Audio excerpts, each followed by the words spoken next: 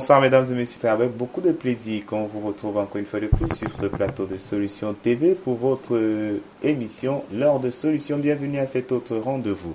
Vous le savez, l'heure de Solutions, c'est une heure où on aborde des thématiques autour des problèmes, des inquiétudes vécues au quotidien. Bien évidemment, vous êtes des participants à cette émission Heure de Solutions. Alors, vous retrouverez cette émission le lundi et mercredi à partir de 20h30. Les rediffusions se font le mardi 18h20, samedi 12h30, 20h30 et dimanche 9h, 21h. Pour ce faire, nous allons encore accueillir ce soir l'homme de Dieu, l'apôtre Samuel Tateux. Bonsoir, apôtre Samuel. Bonsoir Franck Eddy, bonsoir madame, bonsoir messieurs, jeunes gens, bonsoir. Vous êtes bénis en étant à l'écoute ou en regardant tout simplement cette émission. Voilà. Pour cette autre édition, pour cet autre rendez-vous de l'heure de solution, nous allons étudier, nous allons aborder un autre point du jour. Que faire quand un homme ne veut plus d'une femme? Voilà donc la question du jour. Vous avez la possibilité de participer, de partager vos avis en envoyant vos avis au numéro 672 05 01 01, numéro WhatsApp, ou alors vous utilisez le numéro 696 04 98 12. Vous avez également une adresse email disponible, solution@compassionglobale.org. Vous pouvez également l'utiliser et faire parvenir vos avis.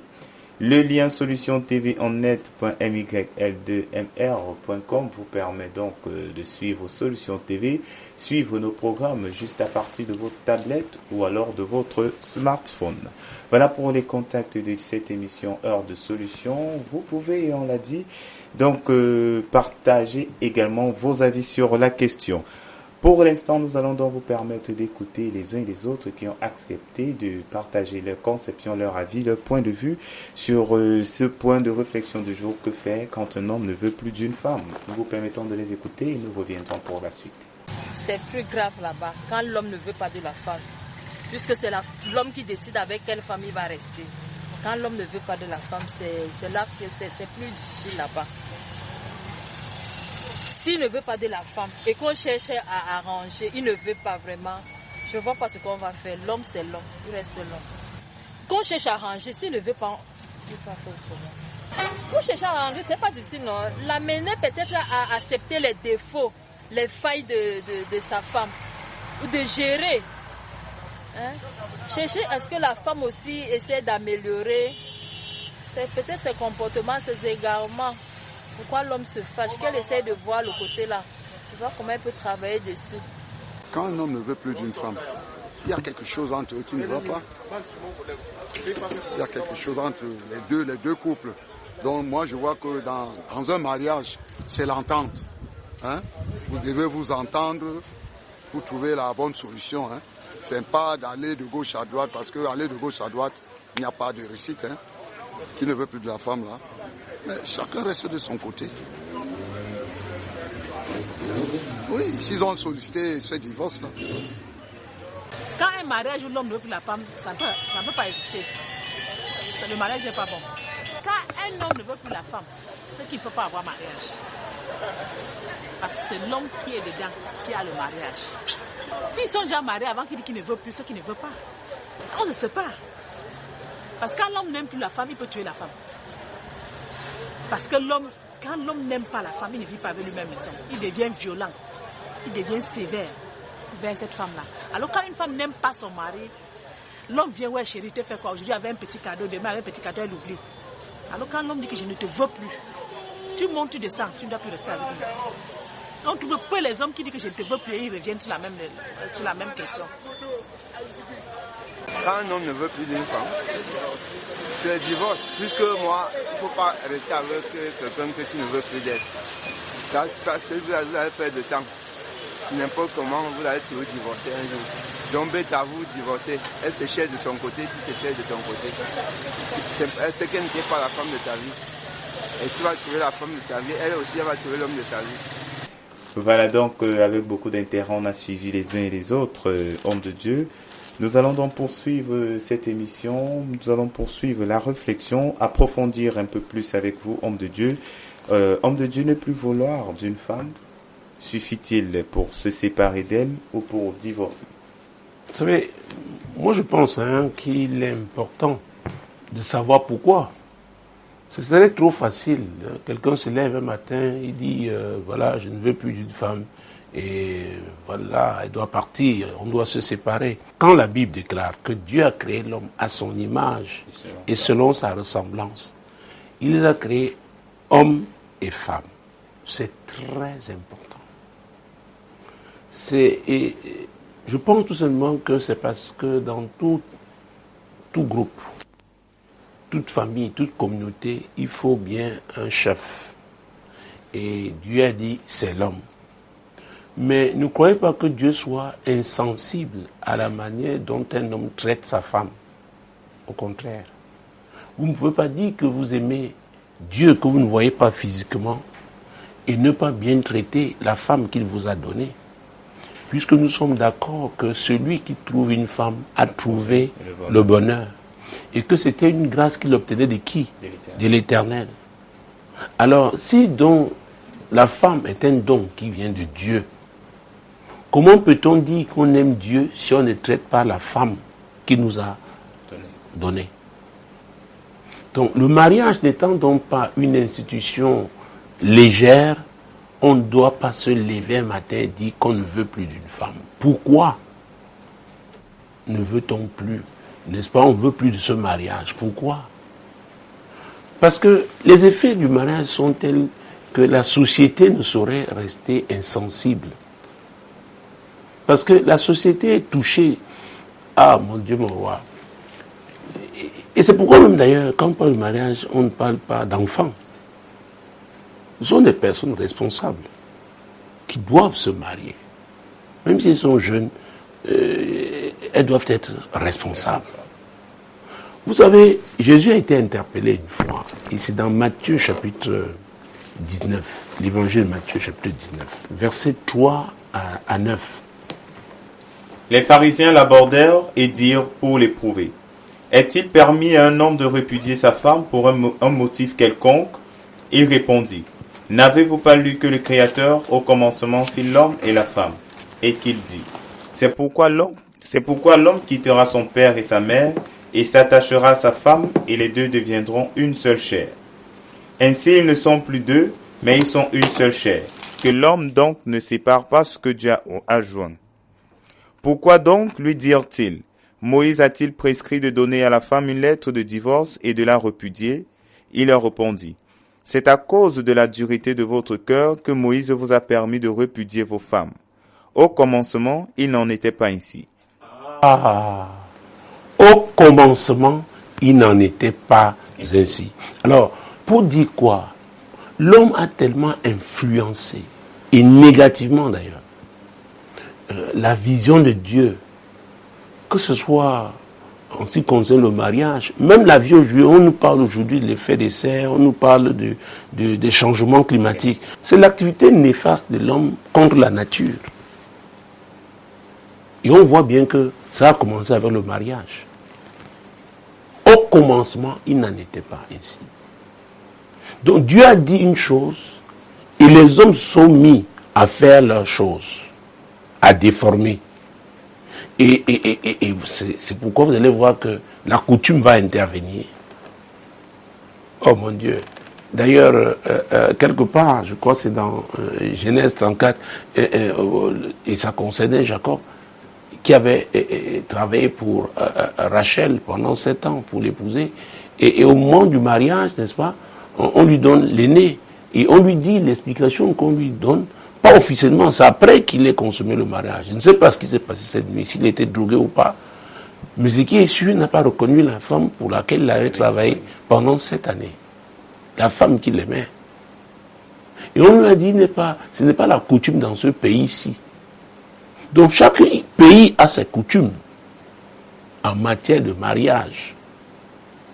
Je vous ai parlé une fois ici de Mokonia au Mozambique, où là-bas l'homme devait aller en stage, n'est-ce pas, dans la famille, dans sa future belle famille, éventuelle belle famille, parce que il devait être soumis à l'appréciation de son éventuelle future belle-mère.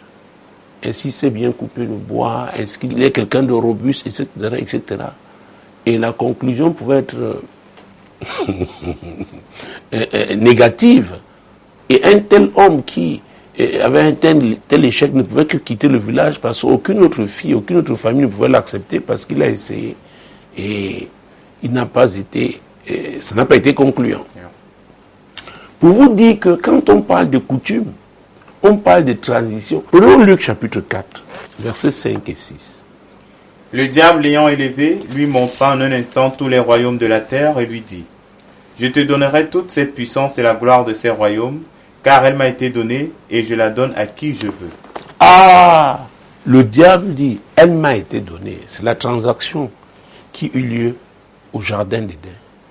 Le péché d'Adam, Adam lui-même ne savait pas quelles devaient être les conséquences.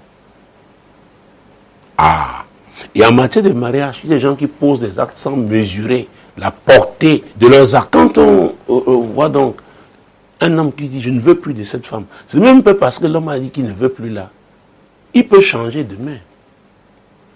Et c'est pour vous voyez que dans les juridictions de droit moderne, n'est-ce pas, en droit positif, notamment au tribunal de grande instance, il y a des phases de conciliation. Les juges, parce qu'ils comprennent que le mariage est tellement important pour la société qu'on ne doit pas rompre pour un rien.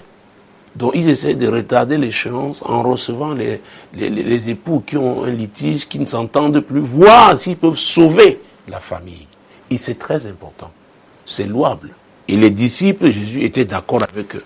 Parce que quelque part, ils vont dire, si telle est la condition de l'homme, c'est pas préférable pour lui, avantageux pour lui de se marier. Revenons à Matthieu 19. Pour vous dire comment les hommes pensent, y compris ceux qui étaient avec Jésus. Donc le mariage est quelque chose de tellement sensible, n'est-ce pas, important, qu'on ne doit pas en parler légèrement. On ne doit pas décider de façon cavalière. Non. Alors, c'est Luc, Matthieu 19, très bien. Et même, regardez ce qu'ils ont dit. Mon Dieu, mon roi. Verset 3 même. Commençons là encore. Les pharisiens l'abordèrent et dirent pour l'éprouver, est-il permis à un homme de répudier sa femme pour un motif quelconque? Vous voyez ça? Un motif quelconque. Quelqu'un avec qui tu as partagé ta vie. Maintenant, un motif quelconque. C'est-à-dire, ces gens ne prenaient pas le mariage au sérieux. Et c'était des religieux. Un motif quelconque. Donc, par simple caprice, vous pouvez décider de se séparer d'une femme. Non! Un être qui a été créé à l'image et selon la ressemblance de Dieu. C'est pourquoi, s'il n'y a pas la crainte de l'Éternel quelque part, à vrai dire, on va échouer s'il s'agit des affaires qui concernent Dieu. Et le mariage le concerne. C'est lui qui avait dit, il n'est pas bon que l'homme soit seul. L'homme avait atteint sa limite dans le cadre de la mission qu'il avait reçue. Et Dieu avait trouvé bon de lui donner donc une aide semblable à lui. Alors, est-ce qu'il y a eu une vision dans la base? Celui-là qui veut divorcer, est-ce qu'il a fait le point avec la vision qu'il avait? Parce que si c'est un homme qui n'avait pas de vision, ça veut dire que c'était un aventurier. Il n'était pas sérieux. Il risque de recommencer comme ça. Et la société ne peut pas encourager cette classe d'hommes. C'est pourquoi la société intervient. Vous voyez, déjà au niveau des familles, quand il y a un problème, les familles se réunissent. Les amis interviennent. C'est toujours la société. Et après, vous allez voir, il y a même, parfois ça va aux affaires sociales. Et dans certains pays, quand ça va déjà dans le social, il faut faire très attention parce qu'on a donné des pouvoirs à ces cadres administratifs-là spécialisés des affaires de famille pour pouvoir émettre leur avis. Et moi, je pense que ça doit arriver en Afrique. Parce qu'aujourd'hui, quand on convoque quelqu'un n'est-ce pas, aux affaires sociales, il ne vient pas. On ne leur a pas donné le pouvoir. Il faudrait, quand on pense, si j'avais, n'est-ce pas, modestement, l'occasion de mettre mon avis qu'on donne du pouvoir à ces personnes, à ces grands cadres de l'État qui œuvrent dans le cadre d'une institution aussi importante que le mariage. Parce que leur avis devrait, n'est-ce pas, compter. Parce qu'il y a l'avantage de la proximité. Je ne sais pas comment c'est aujourd'hui, mais à l'époque, on avait à Nubel le service social. Donc, normalement, dans des quartiers, des grands quartiers, il va y avoir donc ces services-là. Donc, ces gens ont l'avantage de faire les descentes sur le terrain. Ils ont l'avantage d'interroger même les voisins, dont leur rapport devrait compter. Donc, ce n'est pas pour une raison quelconque qu'on doit divorcer. Il faut bien une cause. Et Jésus donc va dire, c'est pourquoi nous sommes revenus à ce chapitre 19 de Matthieu, et au verset 8, ce qu'il a dit est très important. Il leur répondit, c'est à cause de la dureté de votre cœur que Moïse vous a permis de répudier vos femmes. Ah, la dureté de votre cœur. Vous savez, Dieu a dit, c'est dans Proverbe 4, verset 23, garde ton cœur plus que toute autre chose. Parce que de lui découlent, n'est-ce pas, les sources de vie. Le courant de vie découle du cœur. Oh, trouvons ce passage. C'est très important. Garde ton cœur plus que toute autre chose. Parce qu'avec nos pensées viennent du cœur. Que ce soit de bonnes ou de mauvaises pensées. Et ce cœur donc doit être nourri de quoi? De la parole de Dieu. C'est très important. Parce que les courants de vie, là, n'est-ce pas, découlent du cœur de l'homme. Et c'est pourquoi quand nous parlons de la parole, il faut que cette parole touche le cœur. Oui, les sources de la vie. Proverbe 4, verset 23. Garde ton cœur plus que toute autre chose, car de lui viennent les sources de la vie. Les sources de la vie. La vie d'une famille commence avec deux personnes, un homme et une femme. Alors s'il s'agit des hommes dont le cœur n'a pas été transformé par la parole de Dieu, c'est une aventure. Donc on ne peut pas divorcer pour une raison quelconque. Et maintenant, voilà les religieux. Ceux qui étaient censés donner une orientation à la société, qui avaient un cœur dur. Jésus dit, c'est à cause de la dureté de votre cœur. Ça veut dire quoi? Vous résistez à la parole de Dieu. Et dans un domaine hautement important, le mariage. Alors, où est-ce qu'on va? Où est-ce qu'on va? Qu'est-ce qu'on va bâtir avec ça? Et Dieu dit, c'est la femme sage qui bâtit sa maison. Alors, ils disent une raison quelconque, c'est-à-dire qu'on peut même répudier une femme sage. Après, il dit, ces personnes étaient des insensés. Et les insensés ne doivent pas se marier. Vous voyez comment c'est très sensible. Ah oui, le mariage est sensible. La société peut en souffrir. C'est pourquoi on devrait préparer la jeunesse. Et la meilleure façon de la préparer, c'est ce qu'elle vit au quotidien. C'est-à-dire au sein des familles. Beaucoup de jeunes ont été traumatisés par le type de mariage que leurs parents ont fait. Et on ne peut donner que ce qu'on a. C'est pourquoi il y a la reproduction de mauvais modèles. Donc, quand un homme dit qu'il veut divorcer, on doit savoir pourquoi. Il doit dire à la société pourquoi. Parce qu'il n'y a pas de mariage si on ne recourt pas à la société. Nous sommes d'accord. Donc, c'est pourquoi il y a un acte de mariage, même parfois, même coutumier. C'est les familles qui se retrouvent, n'est-ce pas? Alors, on doit savoir pourquoi. Pourquoi au moment donné, vous avez rassemblé les gens? Vous avez mis ensemble, il y a eu la fête. Et vous vous mariez. Maintenant, vous dites que je ne veux plus de cette femme. On doit pouvoir dire pourquoi. Et c'est pourquoi dans le rendu, quand les juges, la grosse, vous voyez, ils détaillent l'expédition jusqu'à la grosse, on va dire. Et parfois, on peut dire c'est elle qui a tort, ou alors les torts ne sont pas partagés.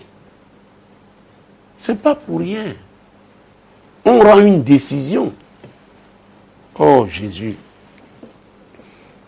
Donc, un homme qui veut divorcer, lui-même doit s'asseoir, réfléchir.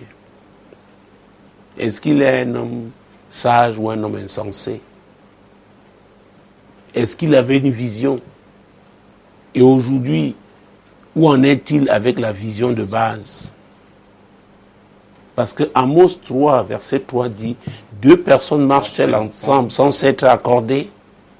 Alors si les 2 ont pu se marier, ça dit que ces personnes-là se sont accordées.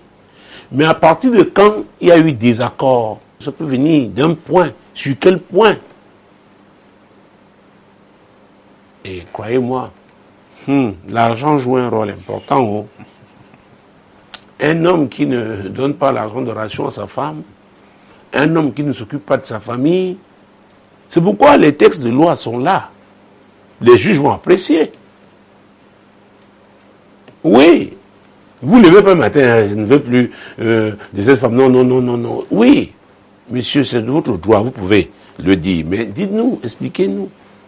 C'est pourquoi on les convoque.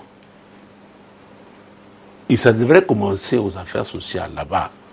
Comme ça, quand ces spécialistes-là de ce domaine-là font un rapport, on met dans le dossier. Le juge apprécie à partir de... Dans certaines nations, ne faites pas attention. Quand vous êtes le social là, intervient, oh mon Dieu, vous avez chaud. Parce qu'on tient compte. N'est-ce pas? Des enquêtes qu'ils ont menées. On tient compte. Donc ce n'est pas pour une raison quelconque qu'on doit divorcer. Mais est-ce que le divorce est admis? Oui, si c'est possible, il y a des raisons. Même dans ce verset, dans le chapitre 19, il y a une raison. Mais nous n'en sommes pas encore là. Mais je voulais savoir si j'ai répondu, j'ai apporté des éléments de réponse. Oui, homme de Dieu, tout à fait. Nous allons poursuivre encore la réflexion. Homme de Dieu, une autre préoccupation. Si l'homme veut se séparer de la femme et qu'elle n'est pas d'accord, que faire? Ah, la femme n'est pas d'accord. Et ça peut arriver. Ne voyez pas toujours ça en termes négatifs. Écoutez, vous prenez une femme, je ne sais pas où, elle a quitté peut-être sa terre natale où vous l'avez rencontrée, ou alors là où elle vivait. On a vu des femmes qui ont abandonné leur travail à cause du mariage. D'accord? Après toutes ces années-là, un beau matin, vous dites que vous ne voulez plus d'elle. Hey, les amis, c'est pas nous ne sommes pas là dans un... on ne joue pas. Elle a sa vie, elle aussi. Elle a consenti des sacrifices. C'est pourquoi vous voyez, les spécialistes de cette question-là peuvent vous parler du préjudice, n'est-ce pas? Et elle peut démontrer le type de préjudice qu'elle a subi. Et ça peut entraîner des dommages et intérêts. Elle a quitté sa famille, je ne sais pas il y a combien d'années. Vous croyez qu'elle va retourner et trouver une chambre encore pour elle là-bas? Donc on doit s'asseoir. C'est pourquoi on statue, on parle de ça, c'est sérieux, ça prend du temps. Et les parties, quand il s'agit d'un tribunal, prennent même des avocats. Parce que ce n'est plus une affaire de 2 personnes là. Peut-être même il y en a qui sont mariés en se cachant. J'ai même eu des cas de gens qui ont pris des témoins qu'ils ne connaissaient pas parce qu'ils voulaient à tout prix se marier. Vous allez faire ça, c'est bien, mais un document officiel a été délivré. Donc ne croyez pas que vous allez vous tenir aussi au carrefour et déchirer, et ça serait là. Non. Non. La femme ne veut pas, elle dit pourquoi elle ne veut pas. Et c'est lui maintenant qui a causé du tort à l'autre et qui pense qu'il n'est plus possible de vivre avec cette personne-là, doit maintenant, la justice va décider ce qu'elle doit faire, cette personne qui ne veut plus vivre avec l'autre. Peut-être qu'il faudra lui allouer une certaine somme pour qu'elle s'établisse quelque part, qu'elle trouve un toit. Et là, il faudra payer. Peut-être il le faudra, je ne sais pas, comment on appelle ça, les allocations alimentaires, quelque chose comme ça, une pension alimentaire. Il faudra. Le tout n'est pas dit, je ne veux plus de cette femme. Il faut assumer. Et il peut aussi arriver que l'homme qui ne veut plus ait vraiment des raisons qui tiennent. Et c'est pourquoi il y a des cas de divorce où la femme a été condamnée, c'est-à-dire que les torts exclusifs, c'est-à-dire c'est elle qui est responsable. Mais en tout état des causes, vous savez, il y a un verset de la Bible, je suis attaché à ce verset, comme d'ailleurs à toute la parole de Dieu. C'est très important. La justice élève une nation. Proverbe chapitre 14, verset 34. Et on ne peut pas parler de nation si on ne parle pas de famille. On ne peut pas parler de famille si on ne parle pas de mariage. On ne peut pas parler de mariage chez nous s'il ne s'agit pas d'un homme et d'une femme.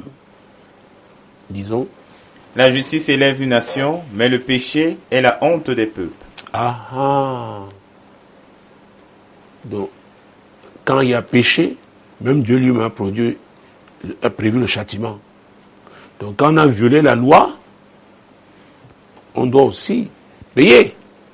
Nous sommes d'accord? Donc, celui qui est responsable doit répondre.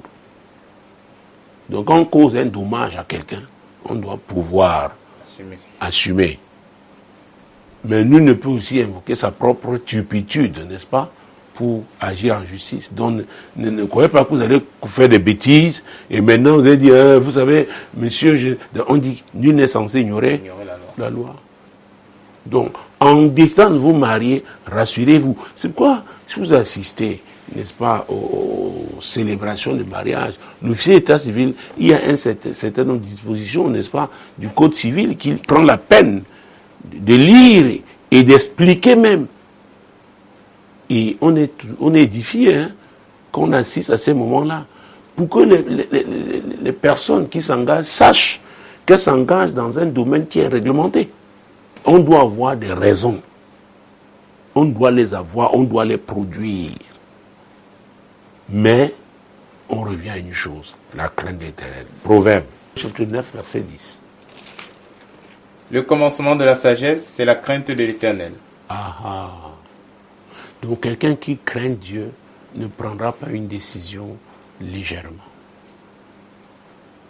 En commençant même par comment conduire sa propre vie, c'est la base.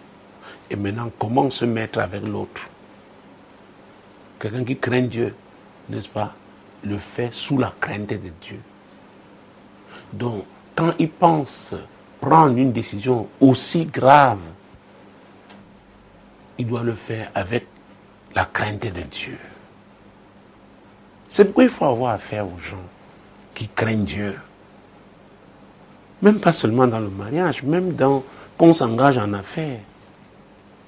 Vous voulez avoir un partenaire d'affaires, vous voulez avoir des associés dans une affaire. Il faut bien savoir, les gens doivent se connaître. Celui-là, est-ce qu'il craint Dieu? Est-ce qu'il va respecter ses engagements? Parce que c'est d'engagements qu'il s'agit. C'est un engagement à se marier. On s'engage à se traiter, à bien se traiter mutuellement. Oui. Oui. Alors, est-ce que Dieu a menti quand il a dit que celui qui a trouvé une femme a trouvé le bonheur? Non. Est-ce qu'il a menti? Est-ce que quand il dit que c'est une grâce qu'il obtient de l'Éternel, est-ce que ce n'est pas vrai? Tout à fait. Alors, qu'est-ce qui s'est passé entre-temps? Matthieu chapitre 6, versets 14 et 15. Si vous pardonnez aux hommes leurs offenses, votre Père céleste vous pardonnera aussi. Mais si vous ne pardonnez pas aux hommes, votre Père ne vous pardonnera pas non plus vos offenses. Ah, c'est le Seigneur qui le dit. Donc, si un homme décide qu'il ne veut plus d'une femme, c'est qu'il y a eu certainement des offenses, il y a eu des problèmes. Est-ce qu'il a pardonné? La nécessité de pardonner. Nous enseignons sur le pardon.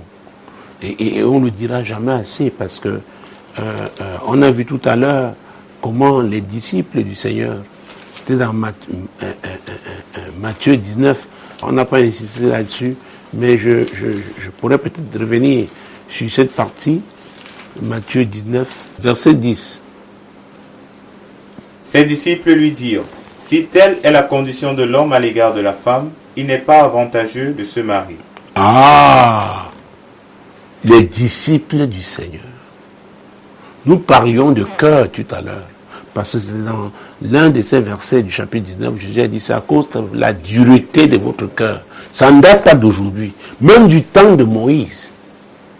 Et depuis que je suis là, je vous enseigne la parole. Même vous, qui êtes mes disciples, vous êtes tellement attachés à vos traditions, qui ont endurci votre cœur. Vous croyez que vous pouvez traiter la femme n'importe comment. Alors je vais vous dire, personnellement, un des indices aussi du développement, ça n'engage que moi ce que je dis, du développement, un indice de développement d'une nation, d'un pays, d'une communauté, c'est la manière de traiter aussi les femmes. Comment on traite les femmes. Ça c'est important. Vous verrez que les nations qui ont la considération pour la femme, qui ont donné une place importante à la femme, n'est-ce pas, dans la société, oui, ont plusieurs longueurs d'avance sur celles-là qui méprisent la femme. Je dois vous dire, même à l'église, quand on veut parler de prière, vous verrez que le plus grand nombre de personnes qu'on retrouve sont les femmes. Je suis dans l'intercession depuis une vingtaine d'années. J'ai fait le tour des nations, j'ai fait le tour de ce pays, le Cameroun. À chaque fois, celles qui sont toujours venues en grand nombre, c'était les femmes. Je me souviens une fois à Marois, quand je crois que c'est la deuxième fois quand j'y allais, et j'avais fait une réunion, je suis allé à Kousseri. Et à Kousseri, j'ai été appelé par les frères du Tchad. J'ai passé une nuit là-bas, faisant une réunion toute la journée et faisant une session du matin et après-midi avant de traverser à Kousseri pour avoir une réunion le soir encore à Kousseri avant de quitter la ville le lendemain pour retrouver Marois. Pour cette fois-là, j'avais été étonné par les femmes qui m'avaient dit « Révérend ». Je me souviens, celle qui conduisait ce groupe-là, était l'épouse à l'époque du chef de service provincial des communes, quelque chose comme ça. Elle était pasteur. Elle avait dit, nous ne pouvons plus permettre que vous reveniez ici et vous payez vous-même vos frais d'hôtel. Ce n'est pas normal. Nous savions que vous arriviez et c'est nous qui allons payer votre hôtel. Et elles m'ont fait comment j'appelle ça, un très beau gant, n'est-ce pas, une couleur orangée. Je l'ai gardé précieusement parce que elles étaient touchées par ce ministère, le ministère de l'intercession, prier pour la nation. Parce que Dieu annonçait que des choses devaient arriver. Et nous tous nous savons ce que l'extrême nord a connu, n'est-ce pas, en termes de violence, n'est-ce pas, de la part de Boko Haram. Et là, nous sommes dans les années, nous sommes là, c'était pratiquement en 2009-2010. Les femmes, elles ont dit non, nous payons. La première fois que vous avez payé, cette fois-ci, c'est nous qui payons. Et elle avait tenu, j'ai pris le petit dîner de son mari avant qu'il ne parte, avant que je n'aille à l'aéroport ce jour-là. Et c'était très chaleureux de comprendre comment les femmes sont sensibles aux choses de l'esprit. Les femmes étaient en avance sur leur pasteur. Ils étaient de façon interdénominationnelle. Elle avait son assemblée dans le logement de fonction qu'ils avaient. Dans la cour, elle avait fait, il y avait donc une partie qui avait été construite pour l'assemblée. Et il y avait des femmes de plusieurs autres assemblées. Donc, pour vous dire, que sont les femmes? Elles sont des grandes actrices du développement. Quand elles saisissent, oh mon Dieu, elles se lancent à fond. Donc on ne peut pas prétendre se développer en méprisant la femme. L'Église ne peut pas aller loin. Le royaume de Dieu ne peut pas avancer de façon pertinente, créer un grand impact si on méprise la femme. C'est pourquoi je dois vous dire, et j'avais été très étonné à l'époque, il y a 22 ans, quand j'ai quitté l'ancien milieu religieux où j'avais été, et quand je m'engageais dans le milieu des églises réveillées. J'étais étonné dans certains milieux de voir que l'homme, le pasteur est assis à l'estrade, la femme est ailleurs, quelque part dans la salle, parce qu'on n'admettait pas dans ce type de milieu-là, n'est-ce pas? Mais l'assemblée où j'avais été, c'était clair, c'est quelqu'un qui avait fait de brillantes études de pétrochimie, qui était vraiment moderne, et ce n'est que dans ce type d'assemblée que je pouvais évoluer, vraiment. Dieu a su comment organiser les choses. Mais il y avait des endroits, l'homme est assis, la femme dit non, l'homme ne doit pas être la femme. Alors, vous passez la nuit sur le même lit avec votre femme, maintenant à l'église, la femme s'assoit loin de l'homme. Je ne comprenais pas ça. Un type d'aberration n'a pas de sens. Parfois, vous voyez, l'homme devant, la femme arrive et traîne l'enfant, le bébé qu'elle porte. Pour moi, c'est méprisant. C'est méprisant. Dieu a dit, il n'est pas bon que l'homme soit saint. L'homme quittera son père et sa mère, il s'attachera à sa femme. Et les deux deviendront une seule chair. Donc c'est ensemble. Étant entendu que l'homme est le chef, n'est-ce pas? Mais c'est ensemble. Donc l'Église doit donner la direction. L'Église doit montrer l'exemple. Et la société doit suivre. Et je reconnais que les femmes, effectivement, à cause de leur tempérament, il faut les encadrer, il faut de la discipline, mais les femmes, quand elles comprennent, elles saisissent la vision, elles vont plus loin que les hommes, croyez-moi.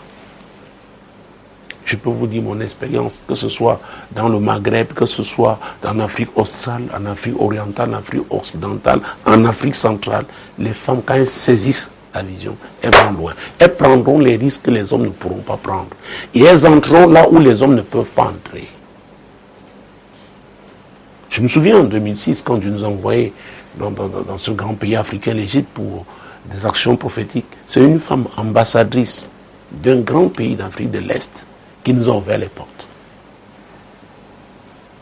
Ah oui. Donc quand les femmes saisissent la vision, oh mon Dieu. Donc le vrai problème, c'est que les hommes ne sont pas suffisamment clairs par rapport à la vision qu'ils ont. Ils sont confus le plus souvent. Et à un moment donné, la femme, quand elle réalise qu'il y a la confusion, elle s'arrête et dit, mais tiens, cet homme m'amène où? Et on commence à parler de rébellion, même à l'église. Et c'est pourquoi un leader doit être crédible. Il peut arriver qu'à un moment donné qu'il y ait des problèmes, on communique. Et c'est pourquoi la communication est fondamentale. Que voilà. Je pensais. Pourquoi? Il y a des vicissitudes dans la vie. Et la femme peut vous aider là où vous avez des lacunes, là où vous avez des problèmes. Et pas voir, n'est-ce pas? Ah oui, la clé. C'est pourquoi il faut aussi les écouter. Même si elles parlent parfois, il y a des moments où on est un peu fatigué, on ne veut pas entendre. Mais il faut, parce que dans ça, c'est un langage. Elles veulent comprendre. Elles n'ont pas encore compris. Arrangez-vous à ce qu'elles comprennent. Si elle comprend, elle ira même plus loin que vous. Quand vous voulez vous décourager, elle dit, monsieur, c'est toi qui m'as engagé dans cette affaire. Alors, jusqu'au même moteur diesel, je suis déjà lancé, il est hors de question qu'on s'arrête là. Nous irons jusqu'au bout, parce que je crois que la vision que tu portes, c'est de Dieu. Et d'ailleurs, tu ne sais même pas qui tu es. Tu ne te vois pas comme Dieu te voit. Tu es mon champion. Oh mon Dieu. C'est pourquoi on doit vendre sa vision, son projet, comme on vend. Vous savez, j'ai été dans la vente. Et une vente noble, c'était la visite médicale.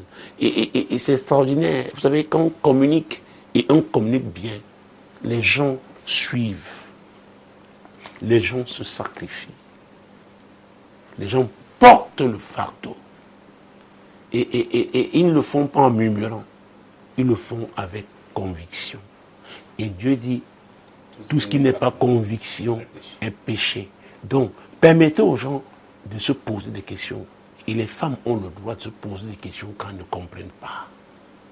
On a le devoir de leur expliquer. Et parfois d'avoir la patience qu'elles comprennent. Parce que si vous êtes un leader, ça veut dire vous voyez ce que les autres ne voient pas. Et parce que les autres ne voient pas, Il faut faire très attention. Si vous ne vous suivez pas, vous risquez de vous casser la figure parce que vous avez besoin de leur soutien, de ce backup. Donc, c'est pourquoi il faut toujours des séances d'explication, réexpliquer. Il faut.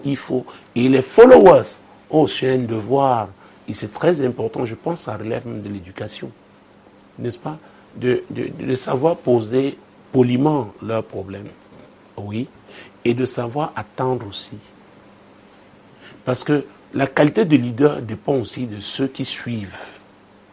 Ils ne doivent pas suivre de façon passive. Ils ne doivent pas suivre de façon... Oh mon Dieu, mon roi. Vous savez, nous sommes là dans le leadership. Vous savez, quand on parle du leadership, on voit toujours celui qui est devant. On oublie ceux qui sont derrière. Parce que parfois, il y a des réglages que le leader sera obligé de faire parce que ceux qui suivent auront attiré son attention. Parce qu'on est consumé, parce qu'on est en train de courir. Parfois, les autres sont fatigués, vous ne réalisez même pas. Ils doivent attirer votre attention. Et il y a telle chose, il y a telle chose.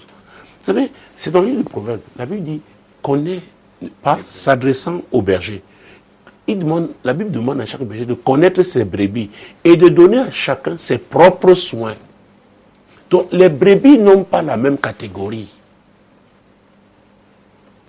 Il y en a, s'ils ont faim, maintenant ils vont crier, ils seront entendus jusqu'au carrefour là-bas. Donc, ce genre de personnes, il faut savoir comment les traiter. Il y en a qui vont seulement murmurer. Il y en a qui vont se taire. Il y en a qui vont commencer à somnoler. C'est l'expression de leur manque d'intérêt. Ils ne comprennent plus. Bon, ils sont aussi là. Bon, on s'est engagé. C'est à vous de décrypter. Et de revenir, les retrouver, communiquer, les galvaniser et relancer la machine. C'est pourquoi, personnellement, je pense qu'on est leader. On parlait apprendre les notions de leadership, mais il y a toujours une différence entre ceux-là qui ont cette fibre, et c'est une grâce de Dieu, qui ont cette fibre. Ah oui, parce qu'ils ont des réflexes que d'autres n'ont pas. D'autres prendront le temps de réfléchir pour aller dans leur cours, trouver mais la fibre est là. Et ils sont consumés par cette vision. Ils ne peuvent pas s'arrêter. Exactement comme la Bible parle de Jérémie. Excusez-moi, je refuse de m'écarter de la question. Oui. Peut-être on va reprendre la question. La préoccupation était la suivante. Homme de Dieu, si un homme veut se séparer de la femme et qu'elle n'est pas d'accord, que faire?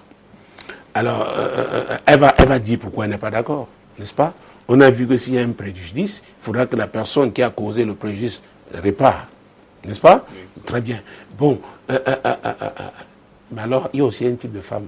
Peut-être parlons d'elle. Prenons un roi. Vous rencontrez le genre là, vraiment, ce jour-là, le jour où cette rencontre est un jour maudit pour vous, parce que, vous savez, c'est l'histoire d'un roi. Hein. La Bible parle de lui, c'est le roi Achab. Et la Bible dit qu'il a épousé une femme qui s'appelle Jézabel. C'est-à-dire que ce mariage a été fatal même pour Israël, le peuple de Dieu. Pour dire qu'il faut faire très très attention. Et il y a un passage de la Bible qui dit qu'il y a des femmes qui sont plus dangereuses que la mort. Nous sommes dans un roi. Oui. C'est juste après 2 Samuel. 1 roi chapitre 18, verset 13. Et le genre de femme-là n'est pas prêt à vous laisser. Hein? 1 roi 18, verset 13. N'a-t-on pas dit à mon Seigneur ce que j'ai fait quand Jézabel tua les prophètes de l'Éternel? J'ai caché 100 prophètes de l'Éternel, 50 par 50 dans une caverne, et je les ai nourris de pain et d'eau. Alors vous voyez, une femme qui ne craint pas Dieu, qui massacre les prophètes de l'Éternel. C'est pourquoi même en sorcellerie, je vous dis, quand vous avez affaire à une femme, c'est sérieux. Les femmes ne jettent pas facilement l'éponge. Les hommes, vous les intimidez, vous envoyez le feu, ils reculent. La femme, elle va jusqu'au bout. C'est pourquoi on a aussi besoin des femmes dans l'intercession, dans le combat spirituel. Elles vont aussi jusqu'au bout. Les femmes sont une terreur pour le diable. Dieu avait dit que c'est la postérité de la femme qui venait faire quoi? Écraser la tête du serpent. Le serpent devait lui blesser le talon. Donc la femme, c'est... Quand tu as une femme dans ton équipe qui a compris, traite-la bien. tu recevras le meilleur d'elle. Tu auras le meilleur d'elle et ça va te faire avancer. Alors, si on allait au verset 18, c'est un roi, c'est ça? Oui, Un roi 18. Prenons le verset 18 et 19. Élie répondit, je ne trouble point Israël. C'est toi au contraire et la maison de ton père. Puisque vous avez abandonné les commandements de l'Éternel et que tu es allé après les Baals. Fais maintenant rassembler tout Israël auprès de moi à la montagne du Carmel et aussi les 450 prophètes de Baal et les 400 prophètes d'Astaté qui mangent à la table de Jézabel. Jézabel était l'épouse du roi Achab.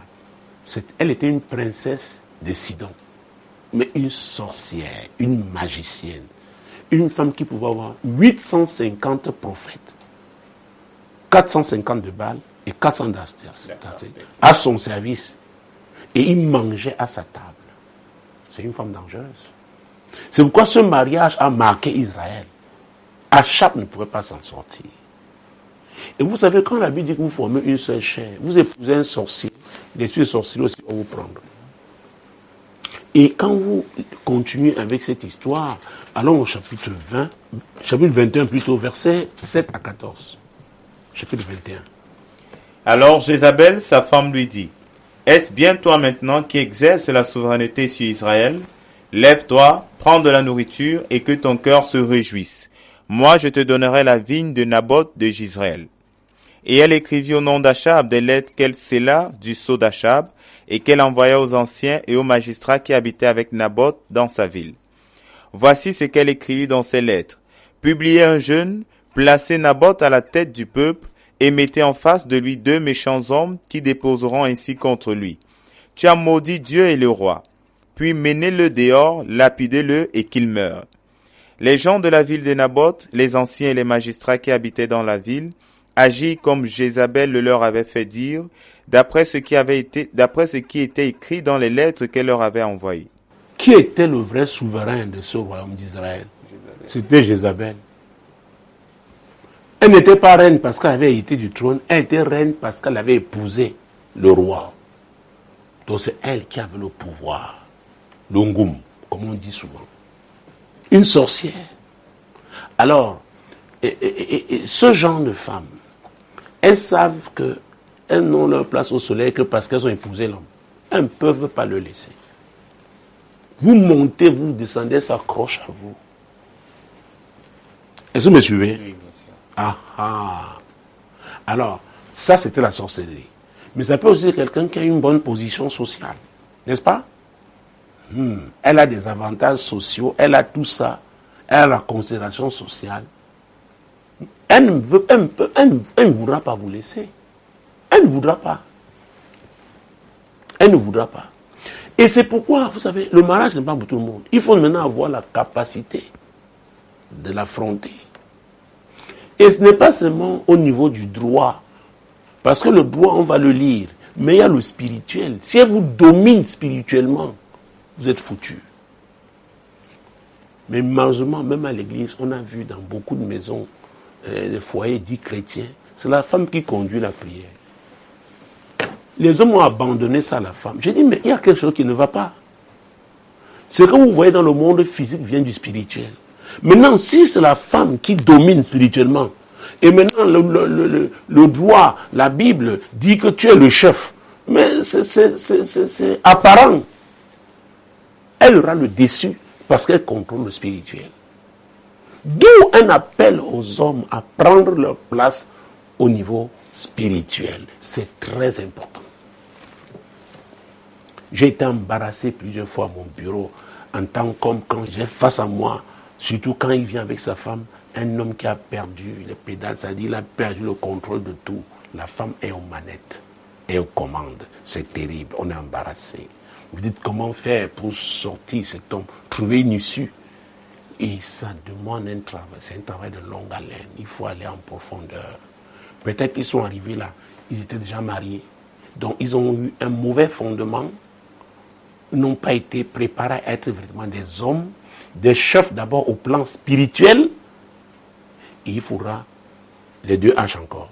L'honnêteté et l'humilité. Il doit être honnête pour reconnaître que lui-même a posé son mariage sur un mauvais fondement et qu'il faut revoir ce fondement, et humble pour apprendre, et ça prendra un certain temps, et pendant ce temps, il peut prendre des coups, mais il va comprendre aussi qu'on persévère, on supporte, sachant que c'est Dieu qui a fait de lui le chef, il prendra certainement cette place s'il fait ce qu'il faut faire.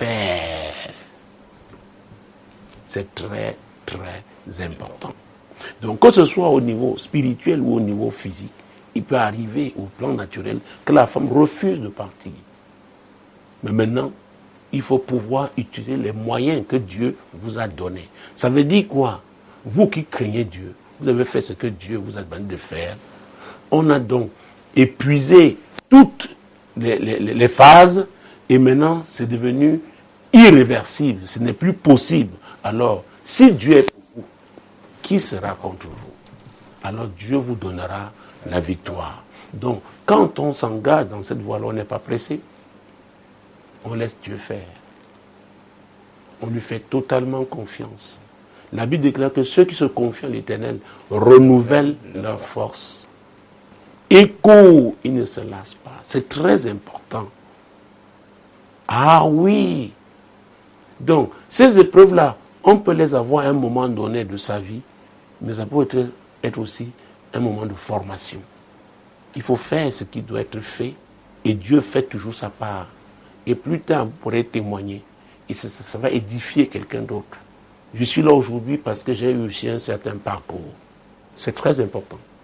Donc, mesdames, messieurs, vous savez, nous parlons d'un domaine, d'une institution qui est cardinale, fondamentale dans la société. On ne saurait écarter Dieu. Et je suis là pour vous dire, mettez le Seigneur au centre, qu'il occupe toujours le centre de votre vie, et il sera au centre de votre mariage.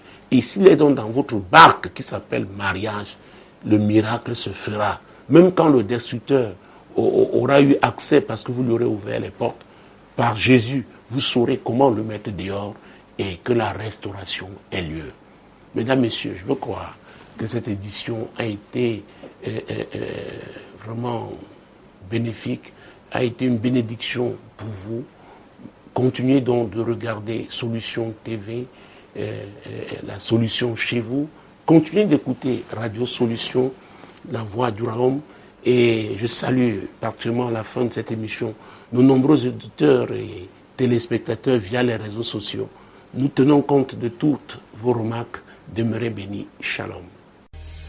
Quand il descend, oui, tout s'arrête.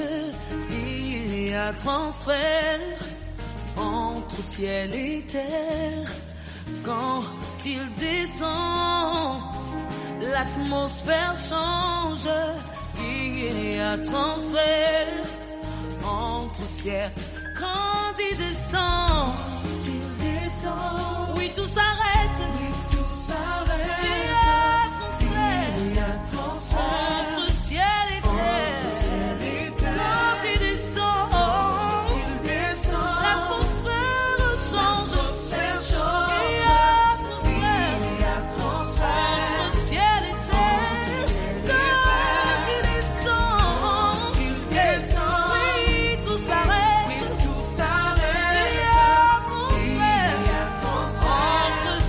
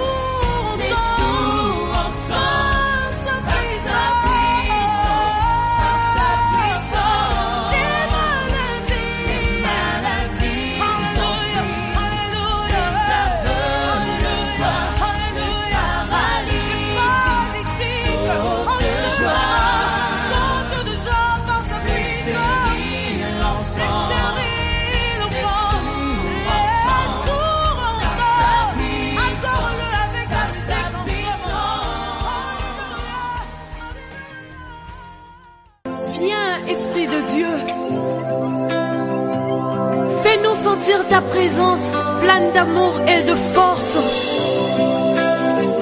Ton alarme a battu une nouvelle fraîcheur. Descends, oh, pluie abondante, coule la flot dans notre vie. Comme le chant de